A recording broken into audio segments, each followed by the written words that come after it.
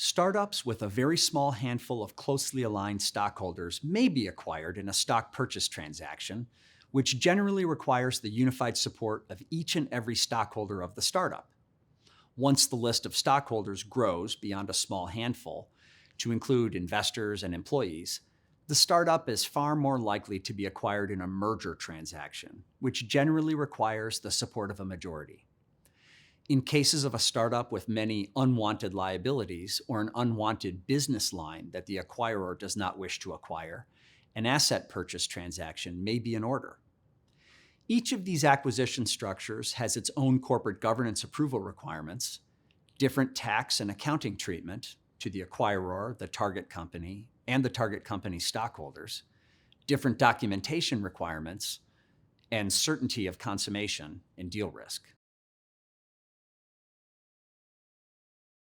All acquisition transactions start from some sort of interest solicitation, whether it be two companies that know each other from marketplace dealings, a process run by an investment banking firm, or a private equity buyer that believes it can profit from buying a startup now and selling it for a higher price in the future. The information sharing and leverage positioning at these early stages can have a profound impact on the acquisition process. Acquisition partners typically execute confidentiality agreements as they begin acquisition discussions. Preliminary discussions usually result in executed letters of intent that set forth some of the material terms of the proposed acquisition and often set the course for future dealings between the acquisition parties, such as exclusivity for a limited period of time. The parties then commence a formal process of due diligence investigation of the target company and maybe the acquiring company too, if it is issuing its securities as the purchase price for the acquisition.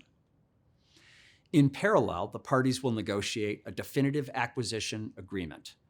Among other things, the definitive acquisition agreement will set forth the transaction structure, the allocation of risk between the acquirer and target through representations and warranties, interim operating covenants that govern the conduct of the parties between the signing of the definitive agreement and the closing of the transaction, closing conditions, provisions to terminate the acquisition before it is closed, and post-closing indemnification remedies in the event of breached representations, warranties, or covenants.